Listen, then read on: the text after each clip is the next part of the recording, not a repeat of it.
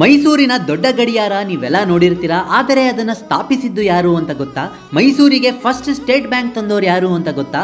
ನಮ್ಮ developed and modern ಮೈಸೂರಿಗೆ ಕಾರಣಕರ್ತರಾಗಿರುವ ದೈವಾಂಶ ಸಂಭೂತರು ರಾಜಶ್ರೀ ನಾಲ್ವಡಿ ಕೃಷ್ಣರಾಜ ಒಡೆಯರ್ ಅವರು.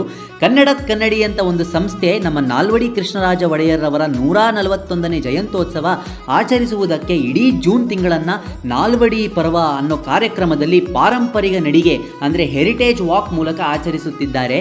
University of Mysuru, Maharani college, Mysuru medical college, Shivanasamudra hydro electric project, KRS dam, KR market ಹಾಗೂ ಇನ್ನೂ ಸಾವಿರಾರು ಕೊಡುಗೆಗಳು ಕೊಟ್ಟಿದ್ದಾರೆ ನಮ್ಮ ನಾಲ್ವಡಿ ಕೃಷ್ಣರಾಜ ಒಡೆಯರ್ ಅವರು. ಈ ಕಾರ್ಯಕ್ರಮದಲ್ಲಿ ನಮ್ಮ ಖ್ಯಾತ ಇತಿಹಾಸಕಾರರಾದ ಪ್ರೊಫೆಸರ್ NS ರಂಗರಾಜುರವರು ಮೈಸೂರಿನ ಇತಿಹಾಸದ ಬಗ್ಗೆ ಹಾಗೂ ಮಹಾರಾಜರ ಅಮೂಲ್ಯವಾದ ಕೊಡುಗೆಗಳ ಬಗ್ಗೆ ಸಂಕ್ಷಿಪ್ತವಾಗಿ ವಿವರಿಸುತ್ತಾರೆ.